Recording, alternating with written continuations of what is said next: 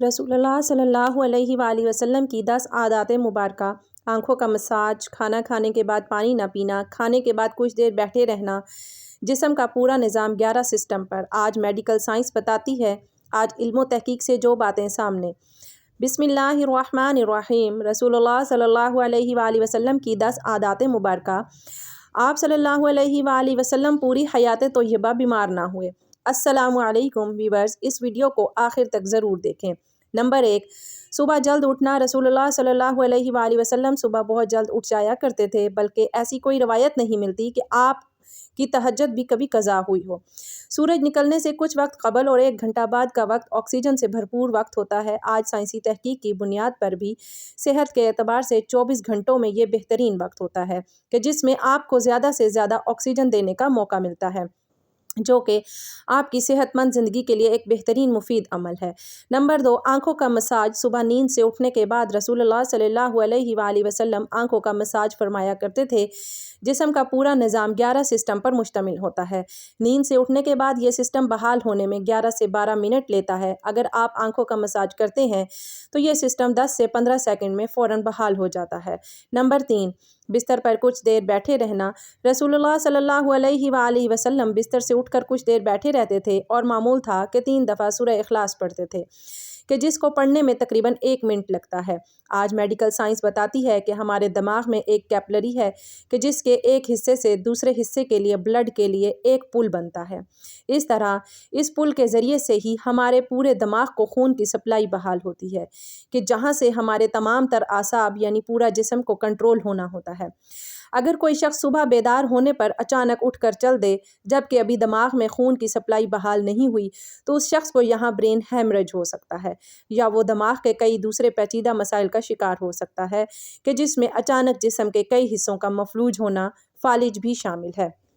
جبکہ اگر وہ صرف 1 منٹ بیٹھا رہے کہ اس کے دماغ میں خون کی سپلائی بحال ہو سکے تو بہت سے پیچیدہ مسائل سے بچ سکتا ہے۔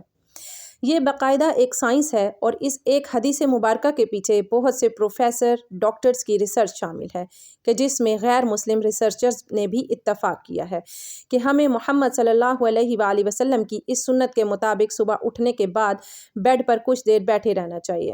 اس کا فائدہ یہ ہے کہ دماغ پوری طرح سے ایکٹیو ہو کر ہمارے جسم کی بھرپور رہنمائی کے قابل ہو جاتا ہے۔ اس سنت مبارکہ جہاں بہت بڑا اجر و ثواب ہے، وہاں صحت کا بہت بڑا راز بھی ہے۔ نمبر 4، قیلولہ کرنا۔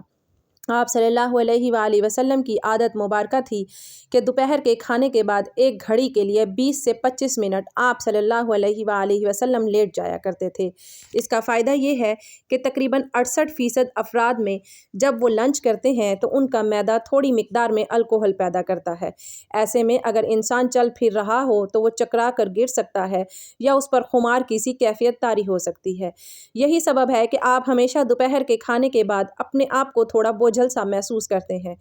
اگر ہم کچھ دیر لیٹ جائیں تو الکوہل سے پیدا ہونے والے خمار کا ذہن پر زیادہ دباؤ نہیں آئے گا اور وہ جسم کے فنکشن کے لیے زیادہ فعال رہے گا اور ہم کسی بھی طرح کے حادثے سے بچ سکیں گے۔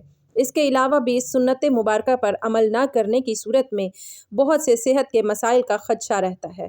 چونکہ یہ بات آج تحقیقات سے ثابت شدہ ہے، اس لیے دنیا بھر کے ممالک میں بیشتر 1 سے 2 یا 3 بجے تک دوپہر کا وقفہ کیا جاتا ہے تاکہ لوگ لنچ کے بعد کچھ قیلولہ کر سکیں۔ آج پورا یورپ رسول اللہ صلی اللہ علیہ وآلہ وسلم کی سنت کو عملاً اپنائے ہوئے ہے اور پورے یورپ میں دوپہر 1 سے 3 بجے تک کا وقفہ ہوتا ہے۔ انہوں نے سنت رسول صلی اللہ علیہ وآلہ وسلم پر ریسرچ کی، اپنایا اور ہم سے کہیں بہتر صحت کا معیار رکھتے ہیں۔ نمبر 5، کھانے سے پہلے پھل نوش فرمانا۔ رسول اللہ صلی اللہ علیہ وآلہ وسلم ہمیشہ کھانا کھانے سے پہلے فروٹ نوش فرمایا کرتے تھے۔ آپ صلی اللہ علیہ وآلہ وسلم کی عادت مبارکہ تھی کہ آپ کھانے کے بعد پھل نوش نہ فرماتے تھے۔ مختلف پھلوں میں 90 سے 99% تک پانی کی مقدار ہوتی ہے۔ آپ صلی اللہ علیہ وآلہ وسلم نے چونکہ کھانا کھانے کے بعد پانی پینے سے منع فرمایا ہے، جبکہ کھانے سے قبل پانی پینے کی ترغیب دلائی ہے۔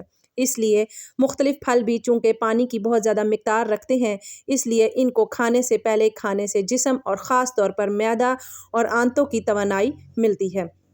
کیونکہ کھانے کو ہضم کرنے میں معدہ اور آنتوں کا بہت اہم کردار ہوتا ہے، اور یہ عمل ان کی کارکردگی بڑھانے میں ان کے لیے مددگار ثابت ہوتا ہے۔ اور یہ بات بھی سائنسی مشاہدات سے ثابت شدہ ہے کہ فروٹ میں موجود غذائیت سے خالی معدے کو زیادہ فائدہ ہوتا ہے۔ نمبر 6، غذا کے بعد پانی نہ پینا۔ رسول اللہ صلی اللہ علیہ وآلہ وسلم کبھی بھی کھانے کے بعد پانی نہ پیتے تھے۔ آج علم و تحقیق سے جو باتیں سامنے آئی ہیں ان سے پتہ چلتا ہے کہ اس سنت مبارکہ پر عمل نہ کرنے کے اس قدر نقصانات ہیں کہ گمان بھی نہیں کیا جا سکتا۔ جب ہم کھانے کے بعد پانی پیتے ہیں تو کھانے میں جس قدر بھی فیٹس ہوتے ہیں وہ کھانے سے نکل کر معدے کے اوپر والے حصے کی طرف آ جاتے ہیں۔ باقی کھانا ہاضمے کے دوسرے مرحلے کے لیے چھوٹی آنت میں چلا جاتا ہے، اور اس طرح معدے میں رہ جانے والا فیٹ اور پروٹین معدے کے اندر انتہائی نقصان دہ وجوہات پیدا کرتے ہیں، جبکہ ان سب کو کھانے کے ساتھ ہو کر نظام کے اگلے مرحلے میں جانا تھا۔ ہم نے پانی پی لیا یا پھل کھا لیا تو یہ ہماری صحت کی بربادی کے لیے معدے ہی میں رہ گئے۔ ایک حدیث رسول صلی اللہ علیہ وآلہ وسلم کا مفہوم ہے کہ اگر کھانا کھا لینے کے بعد پانی کی حاجت ہو تو محض چند ایک گھونٹ لے لو اور اس کے بعد روٹی کا ایک لقمہ کھا لو۔ جاپانی تحقیق ہے کہ کھانے کے بعد پانی پینے سے جو فیٹ اوپر آ رہے تھے اور آپ نے جو بعد میں لقمہ لیا تو فیٹس کے اوپر آنے کا سلسلہ نہ صرف وہیں رک جاتا ہے بلکہ وہ دوبارہ غذا کا حصہ بن جاتے ہیں۔ اس لیے کھانا کھانے کے بعد پانی ہرگز نہیں پینا چاہیے کہ جو پیٹ میں نہ صرف گیسز، تیزابیت، بدہضمی کا باعث بنتے ہیں بلکہ بہت سے دل کے امراض کا تعلق بھی اسے سنت مبارکہ پر عمل نہ کرنے کے سبب سے ہے۔ نمبر 7، وضو۔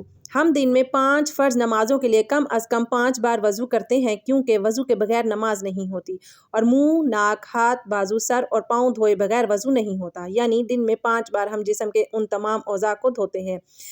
وضو میں ہم جسم کے تمام ظاہری اعضاء دھوتے ہیں کہ جن پر مٹی اور کاربن لگ جاتی ہے۔ آج سائنسی مشاہدات یہ بات ثابت کرتے ہیں کہ جسم کے جن اعضاء پر مٹی یا کاربن لگ جاتی ہے تو اگر ان کو صاف نہ کیا جائے اور وہ جسم کے اس حصے پر زیادہ دیر لگے رہیں تو ان اعضاء اور دماغ کا کنیکشن کمزور ہو جاتا ہے، یعنی جسم کا اعصابی نظام کمزور ہو جاتا ہے۔ چنانچہ وہ مسلسل دماغ کو یہ پیغام بھیج رہے ہوتے ہیں کہ جسم پر کوئی چیز آ گئی ہے اور اس کی صفائی کا اہتمام کیا جائے۔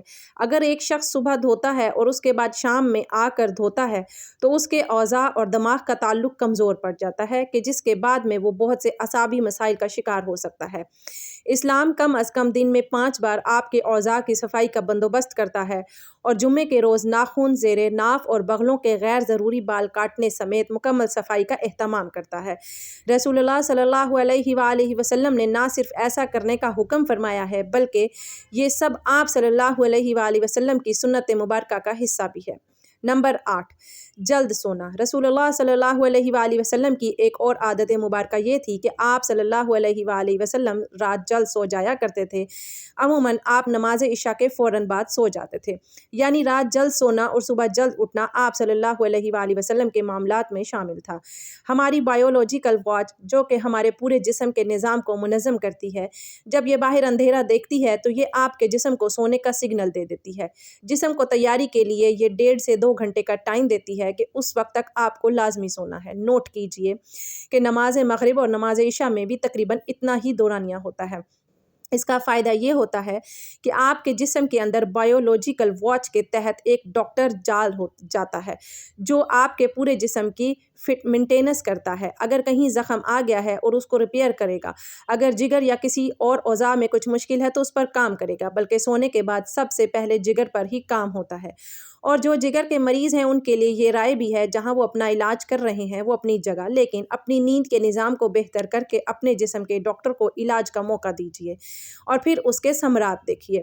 رات 10 بجے سے 12 بجے تک جگر اور اس کے ارد گرد کے اعضاء کی مینٹیننس ہوتی ہے اور اس کے بعد درجہ بدرجہ پورے جسم کی مینٹیننس ہوتی ہے، اور یہ عمل روزانہ کی بنیاد پر ہوتا ہے۔ اللہ رب العزت نے آپ کے جسم میں ایک آٹومیٹک نظام رکھا ہے اور یہ نظام تب کام کرتا ہے کہ جب آپ جلدی سونے کی عادت اپناتے ہیں۔ زمانے جہالت میں عربوں میں ایک رواج تھا کہ رات کے کھانے کے بعد ان کے ہاں شعر و شاعری اور دیو مالائی کہانیوں کی محفلیں ہوتی تھیں، جو رات گئے 2 بجے تک چلتی رہتی تھیں، اور اس ماحول میں رسول اللہ صلی اللہ علیہ وآلہ وسلم کا رات جلدی سونا بھی ان کے نزدیک ایک قابل اعتراض عمل تھا۔ یہ تو عہد جہالت تھا، لیکن آج ماڈرن دور کا دعویٰ کرنے والے ہم مسلمانوں کے ہاں بھی دیر تک جاگنے کو نہ صرف قابل اعتراض نہیں سمجھا جاتا، بلکہ کچھ حد تک تو قابل فخر بھی جانا جاتا ہے۔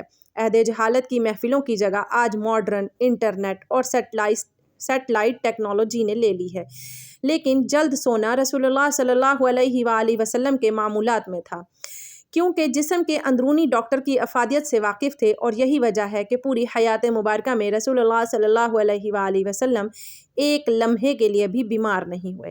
نمبر 9، مسواک کرنا۔ رسول اللہ صلی اللہ علیہ وآلہ وسلم مسواک کو بہت زیادہ پسند فرماتے تھے، اور خصوصاً دن میں 5 دفعہ ہر نماز میں وضو کے ساتھ تو ضرور اس کا اہتمام فرماتے تھے۔ اس کے علاوہ بھی جب گھر میں تشریف لاتے، کسی محفل میں حاضری سے پہلے غرض موقع بے موقع مسواک کا اہتمام کرتے اور مسواک کو بہت محبوب رکھتے تھے۔ ہوتا یہ ہے کہ جب ہم کھانا کھاتے ہیں تو دانتوں کے درمیان کھانے کے کچھ نہ کچھ ذرات ضرور رہ جاتے ہیں، اور کھانے کے 1 گھنٹے بعد ان میں بیکٹیریا پیدا ہو جاتے ہیں۔ محسوس کیجئے گا کہ دانتوں میں رہ جانے والے ذرات 2 گھنٹوں میں نرم ہو جاتے ہیں، اور اس کی وجہ یہ بیکٹیریا ہی ہے۔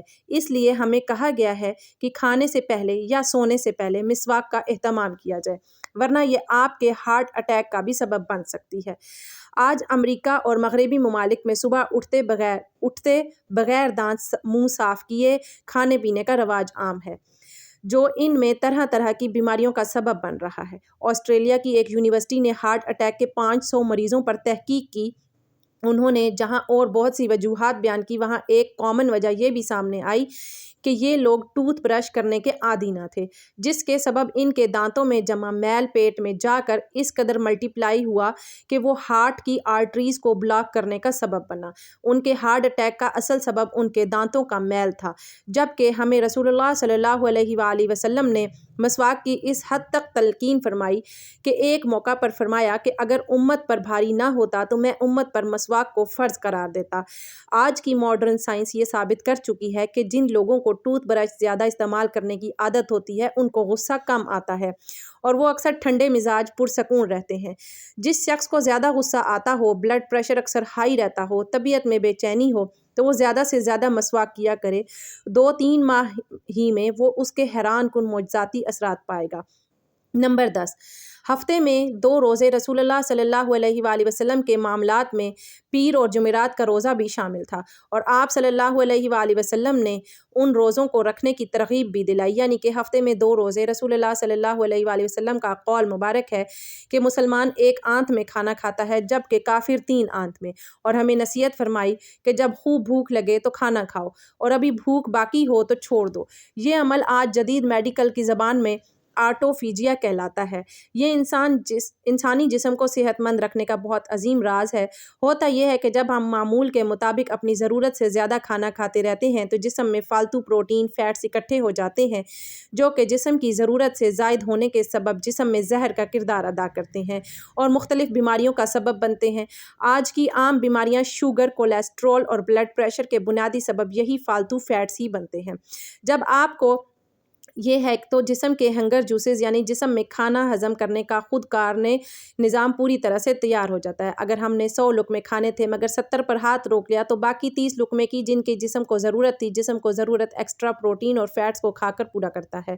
جسم اپنے خودکار نظام کے تحت اکٹھے ہونے والے زہر کو ختم کرتا رہتا ہے اور آپ صحت مند رہتے ہیں۔ اب جب 3 روز کچھ کوتاہی ہو گئی اور آپ نے پیر کو روزہ رکھ لیا تو دن بھر کے طویل روزے کے باعث آٹوفیجیا کے عمل کو ایکٹیو ہونے کا بھرپور موقع ملتا ہے اور 3 روز کی کوتاہی کو وہ ریپیئر کر دیتا ہے۔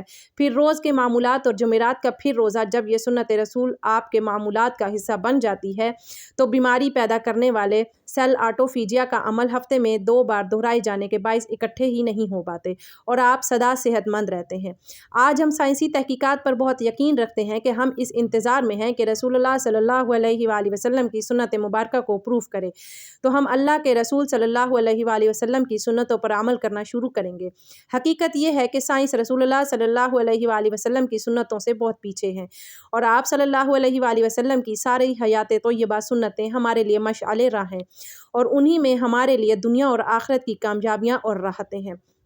ترجمہ: اے مسلمانوں، تمہارے لیے اللہ کے رسول صلی اللہ علیہ وآلہ وسلم کی زندگی ایک بہترین نمونہ ہے۔ اللہ پاک ہم سب کو صحت مند زندگی عطا فرمائے اور ہمیں ایمان کی دولت سے مالا مال کرے، آمین ثم آمین۔